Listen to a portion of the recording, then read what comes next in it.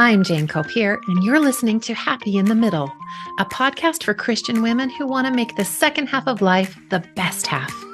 This podcast is all about helping women to reignite their spark and step into their divine power in order to create deep and connected relationships and also find that fulfillment and satisfaction they crave. So, if you're ready to grow, join me and learn how you too can overcome guilt, resentment, disappointment, and enjoy the fruits of creating a life well lived. Let's go. Welcome, friends. You are in for a real treat today. I have a truly special guest for you. Dr. Jennifer Finlayson-Fife is here with me to talk about sexuality in midlife and that intimate relationship between husband and wife and how we make it better. But first, let me tell you a little bit about Dr. Jennifer. Should I call you Dr. Jennifer? Is that the best Sure. That's way to great. refer Yeah. to Or you? just Jennifer is fine too. Yeah. Okay, perfect. Well, Jennifer is an LDS relationship and sexuality coach with a PhD in counseling psychology. She is the author of a brand new book, which I'm so looking forward to. It's called That We Might Have Joy. And I know you can pre-order that because I just did. That comes out Mhm. in October. Is that Oh, correct? yeah. Yeah. It was September 30th. Yeah. September 30th. Okay, Yeah. perfect. Hmm. And it discusses all the things that about around desire and divinity and intimate love. It's going to be so, so good. I'm looking so forward to it. She's someone that I've wanted to have on the podcast for a long time now. She's an absolute wealth of information in the field of sexuality and human relationships. And I believe that is such an important part of a healthy and loving marriage, such a gift from our Maker. And Dr. Jennifer is also the creator of 6 online courses that help individuals and couples to create happier lives, create stronger, intimate relationships. And she also hosts a fabulous podcast that I subscribe to, which is called Room for Two, which is just phenomenal. It's a podcast on sex and intimacy. And she's also a regular guest for other LDS themed podcasts discussing relationships, faith, and sexuality, as she is here for me today. So thank you so much for joining me. Welcome to Happy in the Middle, Dr. Jennifer. Yeah. So happy to have you. Thank you. Really Thanks for having appreciate me. your time. Yeah. So, my audience is mostly Christian women in midlife who are going through all the challenges that transition brings, from having a house full to have an empty nest. But today, I Mm. specifically want to talk about the change in our sexual relationship and how we can create a better connection, a better life, a better quality of life, greater life satisfaction with our spouse when we deal with this shift in a positive way.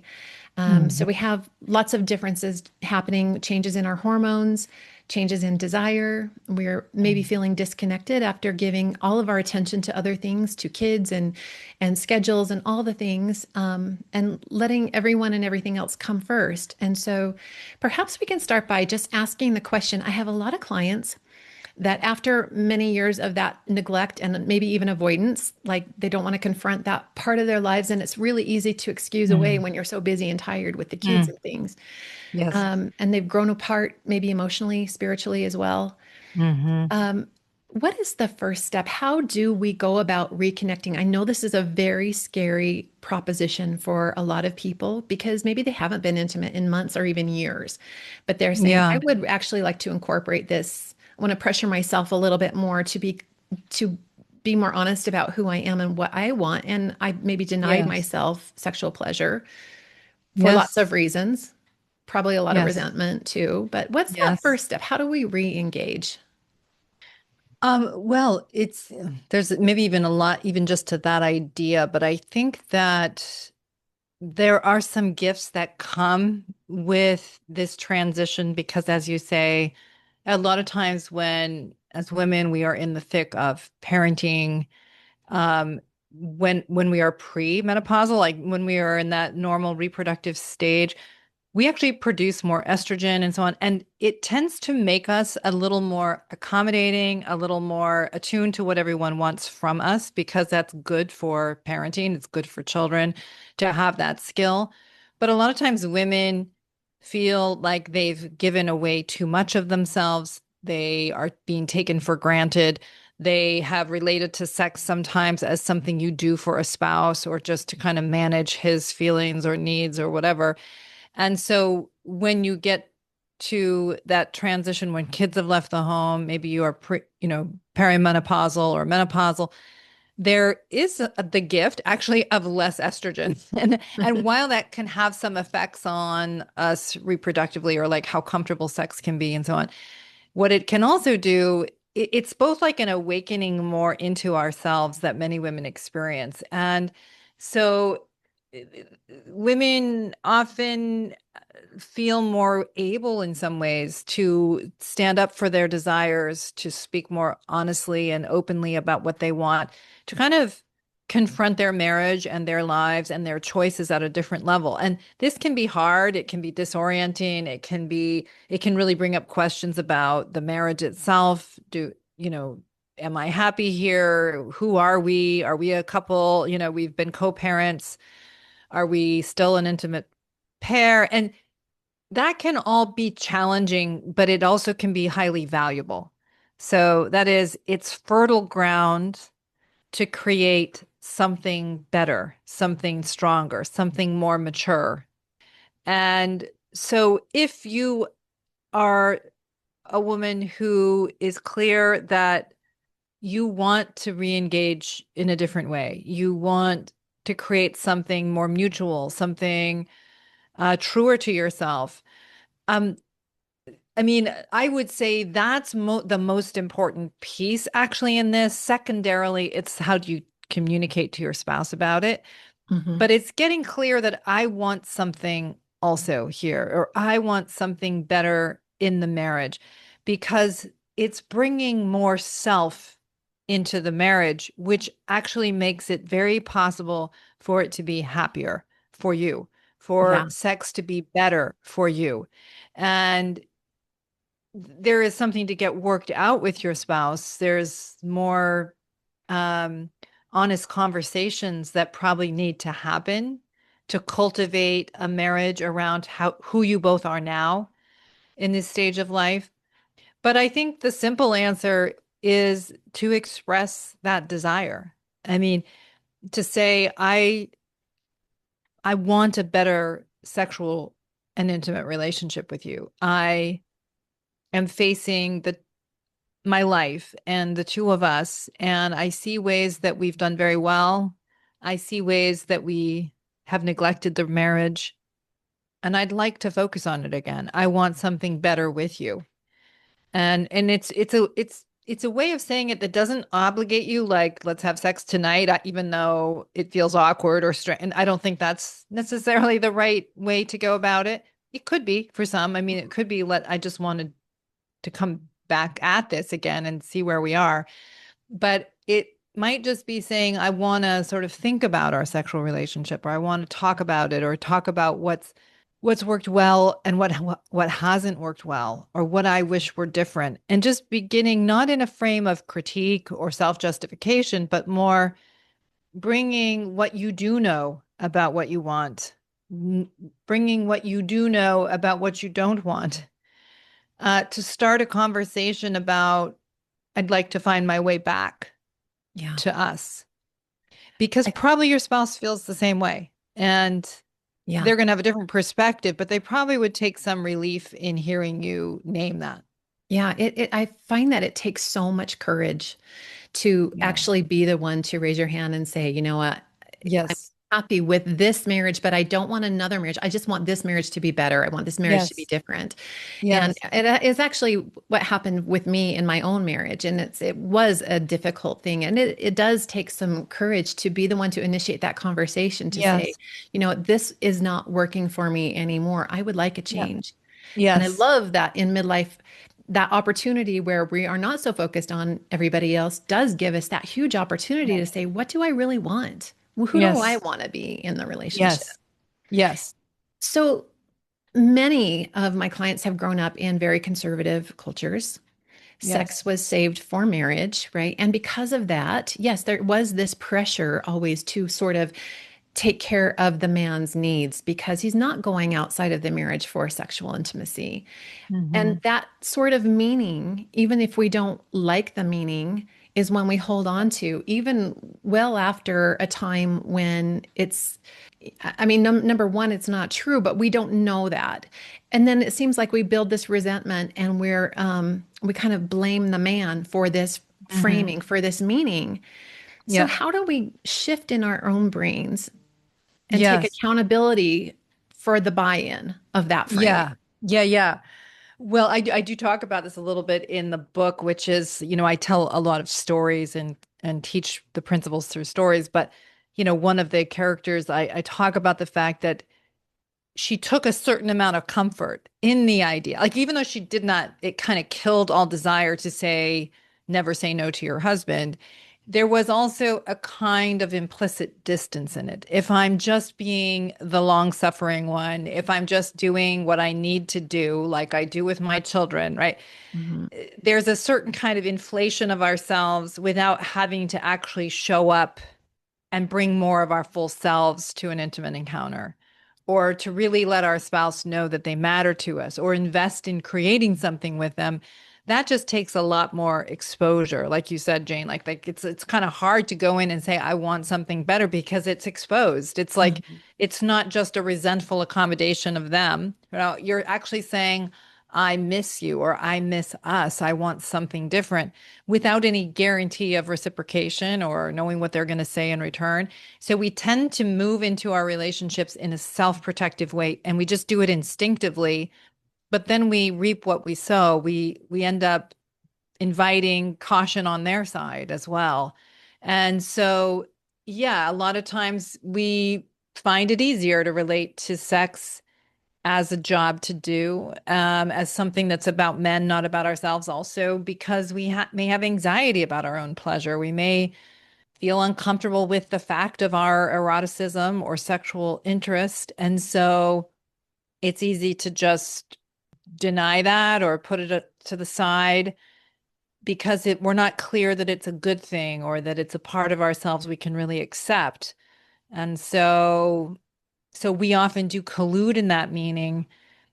And that meaning is not only bad for women, it's bad for men too, because men at best feel kind of accommodated or tolerated, but not desired or chosen, or, hey, you're my friend. Yeah. Like, I like you and I want to be close to you.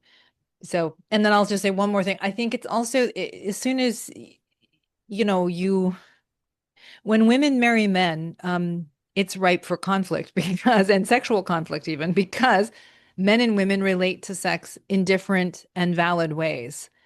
And so that's the other reason why I'll just kind of roll my eyes and put up with you, is much easier on the face of it than, okay, but that isn't sex that feels desirable to me, or this is what I want. Like to actually build a bridge across those differences, to know ourselves enough to know what it is that we do desire. I mean, that's one challenge, but then how do we actually think about that and cultivate something that feels good to both of us? That's harder. And so it's very easy to just resent the validation and reinforcement we don't get in marriage than to go in and roll up our sleeves and figure out, how do we do this in a way that we both feel good about?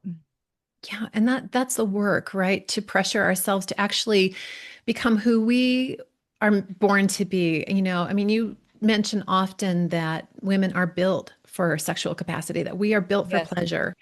And Yes. yet so many of us cheat ourselves out of it because of that framing that it's just for the man. Yeah, 100%.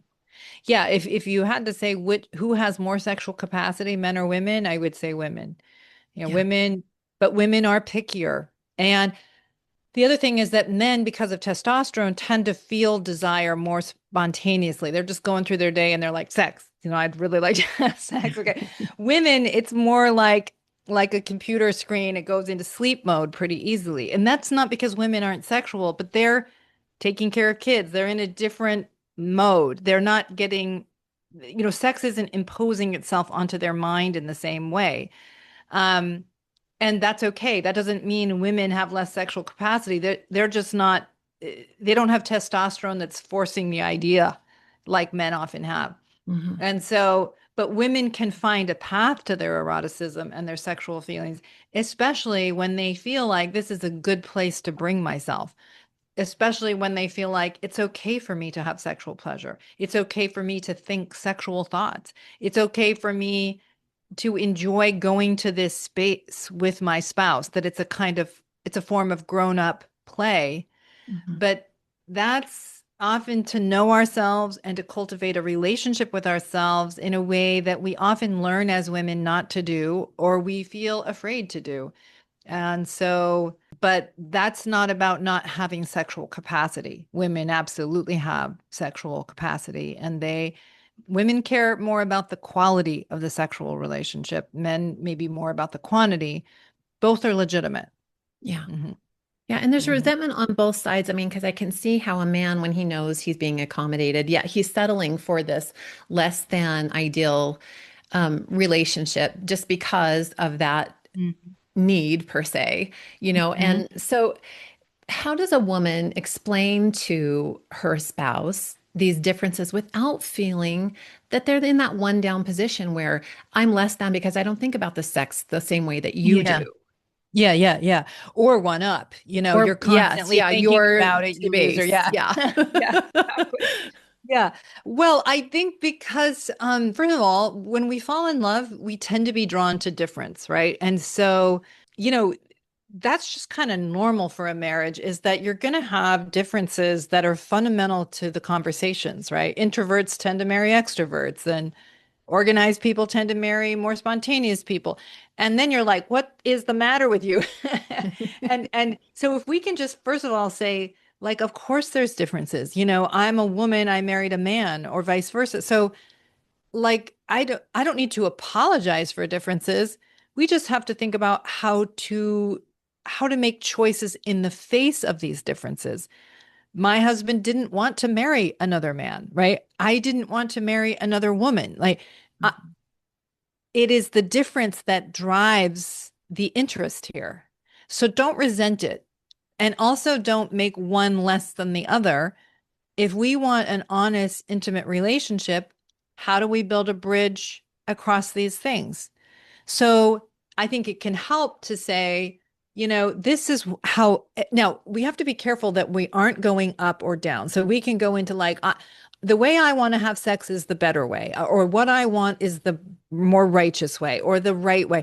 We have to be really careful that we're not doing that. At the same time, that we're not devaluing our position. So can I just hold the dignity of my position? So, like, this is what I think many women I work with could feel, which is, I feel like you and I have bought into the idea so much that you have needs that I don't want to do anything to get you turned on, because then I feel obligated. And I hate feeling obligated in sex, because I don't know how to feel desire when I feel like I have a job to do. And so I wish there was more room to just enjoy each other without feeling like it must turn into sexual behavior, even to enjoy each other sensually and enjoy sexual feelings with each other without feeling like then I have to manage or take care of your arousal.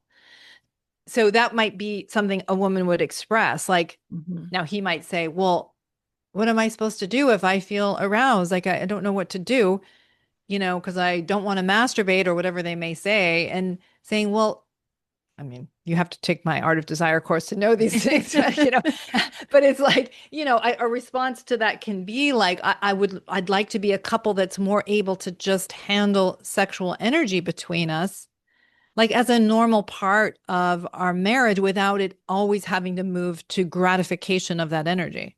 I mean, that's where good sex happens anyway, Yeah. is when w- nobody wants to feel pressured in sex. People want to feel free, and they want to be able to enjoy arousal together without any pressure around it, because that's what cultivates more balance between men and women. Again, women want quality. Men are often the ones that feel desire more spontaneously. But when you bring those two together, you can enjoy arousal and cultivate deeper quality while having more sexual energy be imbued into the relationship, but not necessarily having intercourse. I mean, you probably will end up having it more, because you're as a woman, enjoying sexual energy more and feeling your spouse's attention and liking that you can have those. So you may desire to be sexual more, but you're not doing it out of a sense of obligation.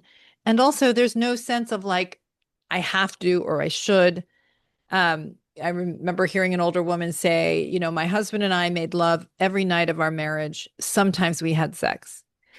So that is that sexual energy, the connection, the feeling of enjoying each other, liking to be close to each other, didn't turn into any demand, but it was an energy that they cultivated and enjoyed as a couple that really enriched the quality and made, intercourse a more natural part of their rhythm, but never something that was done out of expectation or fulfilling needs. Yeah. Yeah. It's so interesting because this is truly like the key to differentiation is when we don't make our differences a problem. And I That's right. think that's the biggest hiccup that I see is that people are like, well, he's this way and I'm this way. We're just not a good fit. Yeah. And they Yeah. make it a problem rather than a compliment to each other. Like the Yeah. reason, as you said, that we're together is because those differences are what attracted us in the beginning. And as I think about it, and as women, it's typically the women who want to change the sexual relationship. Most, Yep. in my experience, most men are, unless they're absolutely not having it, Yes. pretty content with their relationship. They're like, everything's fine. And the woman's over here saying, no, not really. So Yeah. Yeah. unfortunately, it kind of falls to us to be the ones to say, this just doesn't work for me this way.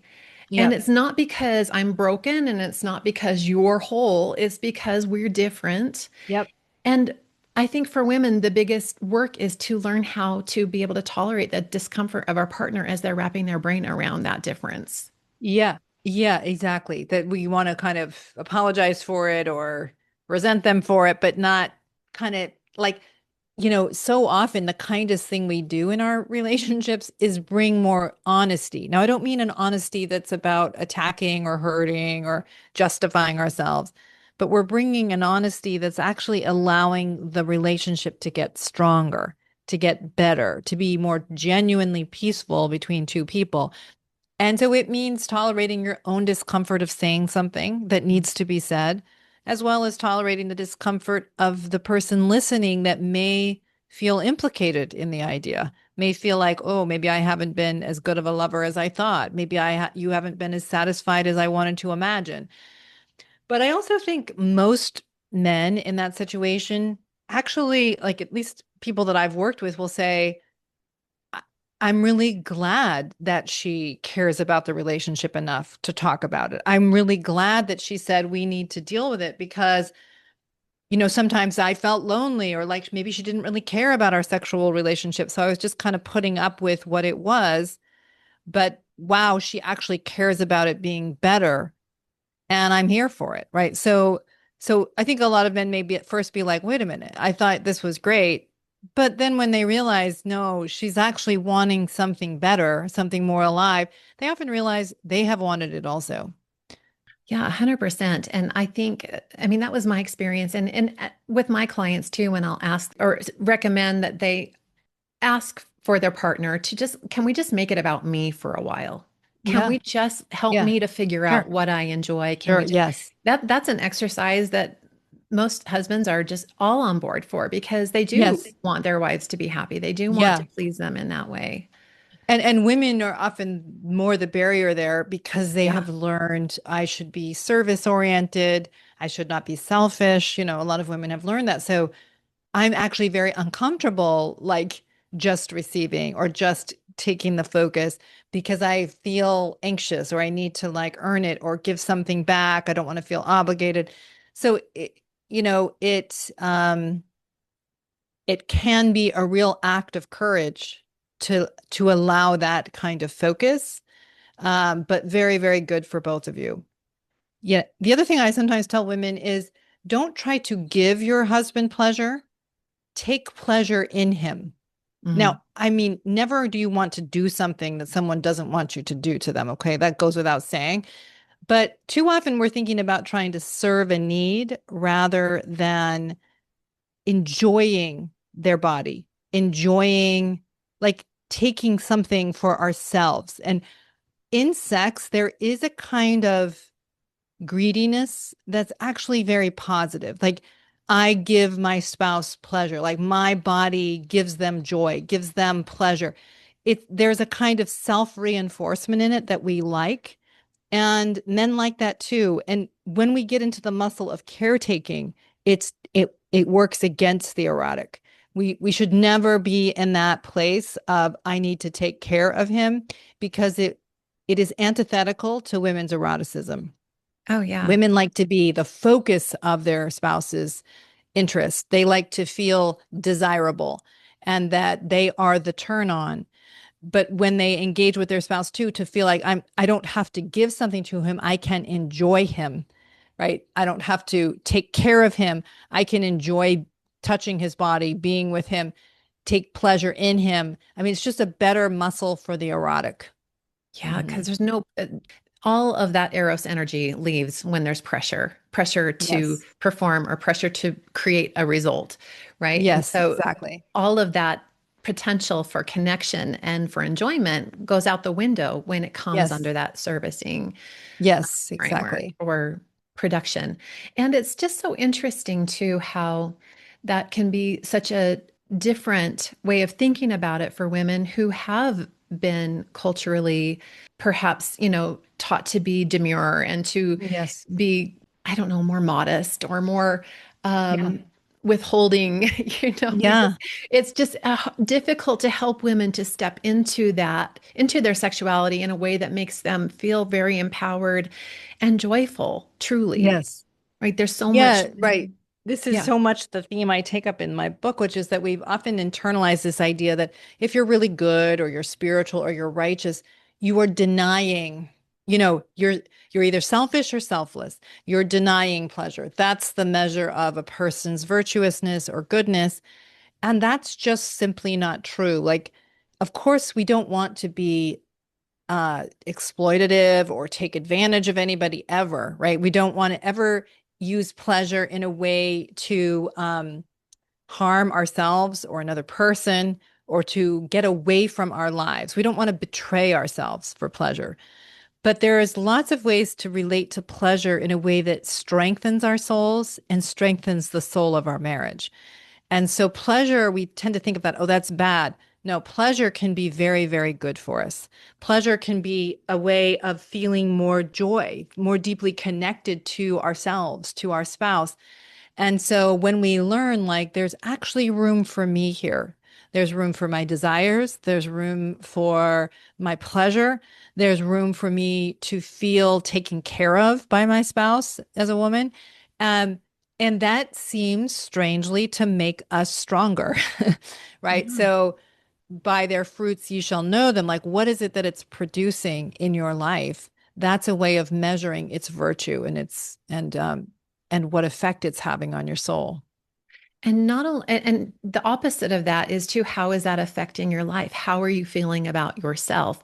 Does Yes, your lack of intimacy make you stronger, more empowered, happier, more joyful? And if the answer is no, then right. we do have to pressure ourselves to actually step Yes. in and lean into the relationship a little bit Yes. more instead of avoiding and hoping that, it'll all just kind of smooth over and we'll age Yes. to the point where it's no longer Yeah, no longer an even an issue. option. Exactly. Right?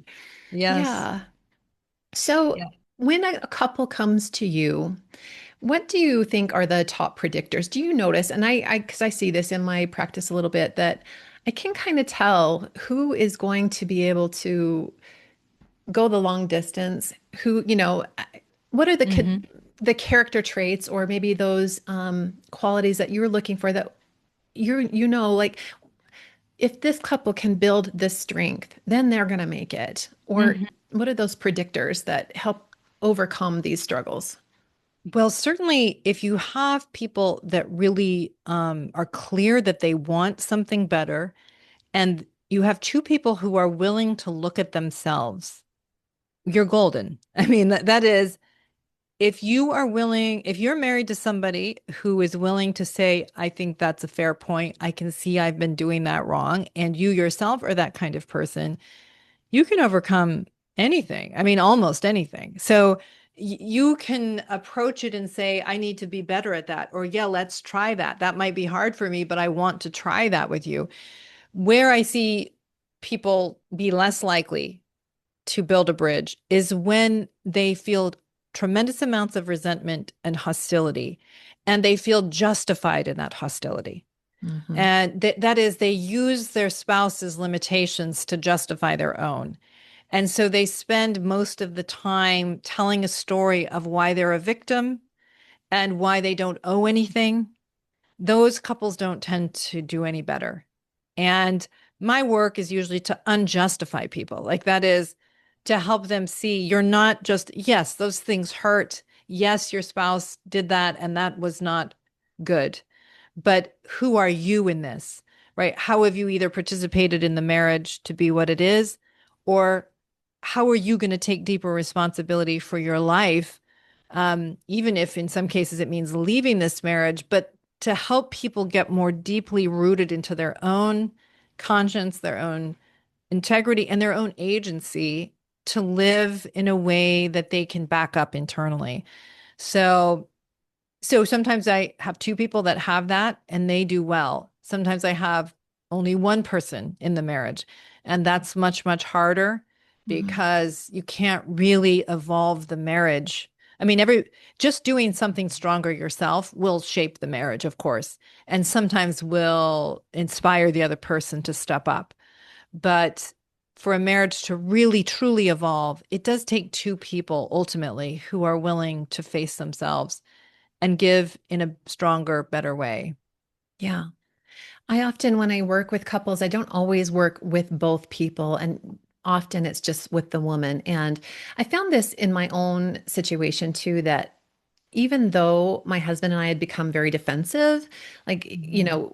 we very competitive. Both of us were college athletes, and like Mm. we just have this competitive spirit, and that kind of we brought that into our marriage, and we're often competing and didn't want to be wrong about all Yep. these things, But when I could lean in and say, you know what, and I actually paved the way to show that it's okay to be wrong, that doesn't make me a bad person, doesn't Yep. ruin my self-worth. Is the more that I could own those things Yes. that were true for me, the more safety I created for him to be Yeah, wrong. definitely. And Yeah, so, yeah, 100% that's true. Yeah, like we're often saying, well, they never self-confront but we don't realize that we ourselves are struggling in the same way and we're making it easy for them to justify that. And absolutely, the more we can acknowledge, reveal the underbelly, offer the olive branch, the more likely our spouse is to do the same, right? Because we're often creating an environment in which defensiveness makes sense. yeah. And I Mhm. think when we're stuck in that rut and we're in that pattern, we also create some very bizarre behavior for our partner sometimes Yeah, because yeah, they're so defensive and so dysregulated that they act completely out of yeah, character, even yeah, for them. yeah, that's And right. so, like, if we can really be self-confronting, as you said, Yeah, and really be honest about that, and you're 100% right, that intimacy and honesty go hand in hand. You yes, can't truly know someone until you can be completely honest about yes, yourself to them as well. yes, that's right. So, what do you think most women misunderstand about men? I'm curious to know, in your experience in working with men, what do they want us to know?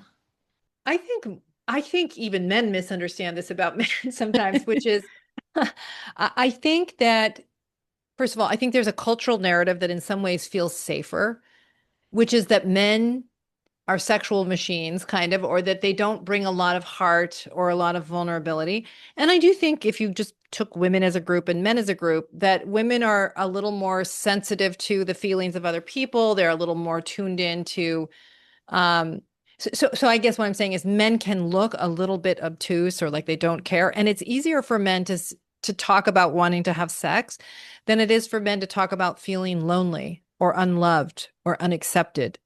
But I think that many, many men feel deeply lonely, unloved, and unaccepted, and they don't know how to express that other than it's been 3 days. Like that is to say that that's a kind of ego protective position to talk about wanting sex. And I think they do want sex, But it's also about I'm wanting to feel less alone. I want to feel that you love me. I want to feel cared about. I want to feel desired, that that you want to be close to me, that I don't gross you out. You know?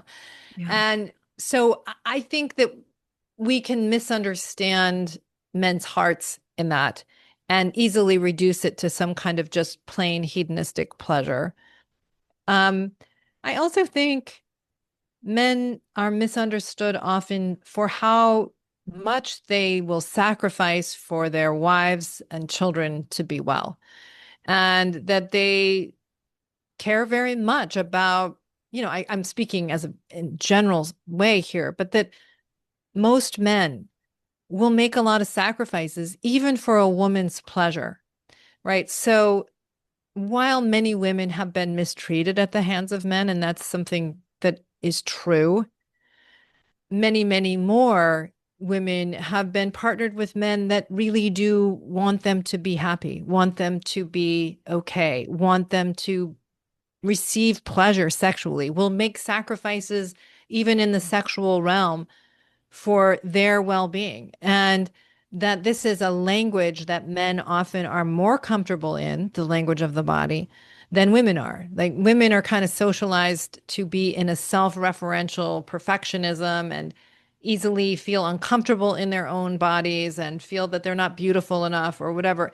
And men are often like, you are ridiculously beautiful, and they really mean it. Like they see the beauty in the feminine, and they want to be received by the feminine, and they want to be able to offer pleasure right there. And so I think it's hurtful and unfair to just reduce it to a hedonistic neediness. Hmm. I don't think that's the real picture. And so I think that's something men don't talk about very easily, but I think is 100% true.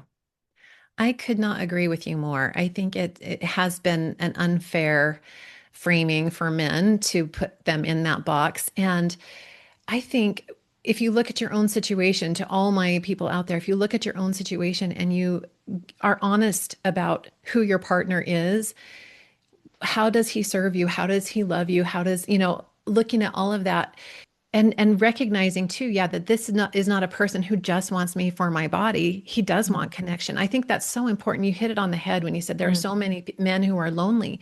They Yeah. are, and yet they're Mm. committed. They Yes. stay. They just don't Yes. know how to communicate what they're missing. Yes. Other than what Yeah. you said, like, hey, you know what? I'm not feeling any love here because for most of Yes. them, they feel that connection through the physical. Yeah. Yeah. So, what do you say to women who say, "Well, has physical needs, but I have emotional needs. He doesn't take care of my emotional needs, so I'm not going to take care of his physical needs." Mm. It seems to go round and round and round. Yeah, it does. Exactly. And I mean, I guess what I would start with is both people there have a point. Like they feel underloved by the other person. But if you're going to continue in that power struggle, you'll be there forever. So like you have to move towards the other if your marriage is going to get better. Um, Sometimes I teach, like that Eros love is to step out in front. Eros being the life energy in a marriage, right? That it's that attraction, it's the desire for one another. And it requires stepping into the vulnerability of bringing your full self to another person. And that doesn't mean you neglect your emotional needs. You can still say, like, look, I want to have a good, and again, it's not about making excuses. So I'm not here giving you this line to justify. But if you really want to build a bridge to say, I don't want you to feel lonely, I want to have more sex with you. And I think what would help me is XYZ. It would help me if I felt you reaching out to me more. Sometimes I don't feel cared about by you.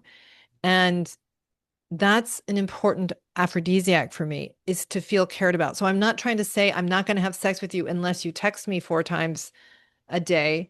But I think we're in a bit of a sex knot. Like you feel undercared for because we don't have sex. Therefore, you get busy and don't reach out to me.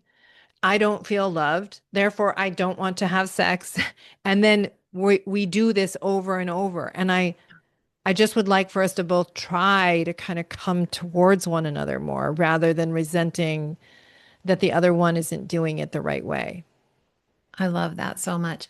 It's the blame game, back and forth, back and forth. And I think there's just so much joy living in that Eros energy. It's interesting. I was with a group of friends the other night, and I can tell where they might be in their relationships because of the way they're talking about Yes, their spouse 100%. and how they are um, rolling their eyes and saying, "Oh, that's ridiculous that he wants this or that," or and I just wanted to lean and say, wouldn't it be so much fun? Wouldn't it be so much fun to delight him in this way? Yeah. Couldn't, if you could surprise him with something like this, wouldn't 100%. that be just so enjoyable? And I think Yes. we just stub our toes over and over Yeah. and tamp down that Eros energy. I don't know if it's just a Sure, rut, a definitely. pattern, or a habit. Maybe we taken our cues from Yes. media about how to relate. And it's so off-putting to me because I'm in such a different place now in my life, and I so Yeah. delight in my husband. Yeah. But I see this lack of joy. And how do Yeah. women step into that Eros energy instead of stubbing their own toes and Yeah. withholding from I'm not even sure what the Yeah. payoff is other than You it's feel a hit of immediate superiority. that's If you what it can just is. roll your eyes and you can talk to your girlfriends and they're like, oh my gosh, yeah, totally. And I see men do the same thing in their own way, which is Yeah. like, my wife doesn't do this, right? And it's always feels safer to just get validation of other people that you are the good one Yeah. and the other person is the bad one. And so we're very good at tempting our friends into that narrative with us. But if you really want peace in your relationships, you have to do the harder thing, which is pick up your half of the problem, deal with your half of the relationship being stuck. And so that always is harder because it's not just like, I'm so good and you're so bad. It's like, no, I'm not so good all the time. Yes, they do things that hurt or that I don't like, but I'm a hypocrite if I just focus on what they do wrong. And I need to deal with my part in the problem. So that takes self-awareness. It means willing to confront yourself that you can also hurt, not just be hurt, but then to go do differently, to surprise him, whatever, is to actually, it feels vulnerable to people because there is a vulnerability in it. And I mean, in a good way. You're saying, I want you to be happy. I'm willing to do something that turns you on, that delights you. I'm willing to let you matter to me. I'm willing to invest energy in you. I mean, it costs us so much to not do these kinds of things. Yeah. Like, because then we have to live in the marriage that's deprived of any joy. But in the immediate term, it's really easy to tell ourselves, what has he done for me lately? Why should I do that? Like we're so good at making the status quo acceptable, justified, but then we have to live in the consequences of it. And it's just, I've had so many clients say to me, like, why was I so reluctant? Like, all I did was start to invest better, bring a little more courage, and my life just got so much better. Like, I was such an idiot to be hanging out in the place of like control and fear Yeah. because it was a much, much harder place to be. Yeah. 100%. It's just not a satisfying, joyful place to be. Um, Yeah. I want to be mindful of your time. Any closing thoughts as we wrap up for women in midlife who are maybe just searching, wanting to create a better relationship? What are the first steps? Well, I would say it's self-awareness and desire. So, so much of my content and especially my women's course is around forging a deeper relationship to ourselves. Midlife is a perfect time to get better at it because you've moved beyond some of those immediate caretaking tasks if you've been a full-time mother. But even if you've not been a full-time mother, like our brains kind of shift to a different place. We know ourselves better. We have more space, and it's a really rich time to know, to self-assess, to understand who we are, what do we desire, what is our part in not having it yet, and what do we need to face in ourselves to create that possibility. So, that's often what I'm asking in my courses is like, what do you see is your part in the problem? And what do you need to do differently Yeah. to make this better, to facilitate the possibility of creating what it is that you desire. So, this self-defining aspect of our lives is scary because there's no guarantees. Maybe I'll desire it and my spouse won't. Maybe I'll do things to bring more energy back and he'll just meet me with judgment. I mean, I don't know, there's no guarantee.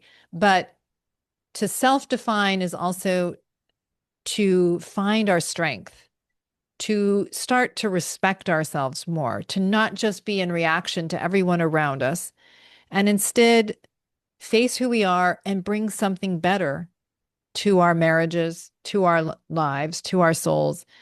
That's it starts with self-honesty and courage and doing something in a way that we respect more.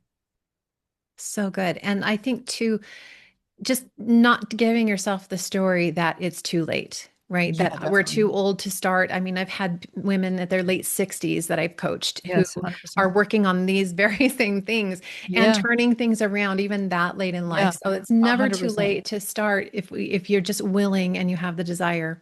So, Yeah, so good. absolutely. Jennifer, what have you got coming up? And where can my Yeah. people find you? Why don't you share a little bit about Yeah. that? I so appreciate your time today. Sure. Oh, sorry. So, yeah, so my book is released September 30th, That We Might Have Joy.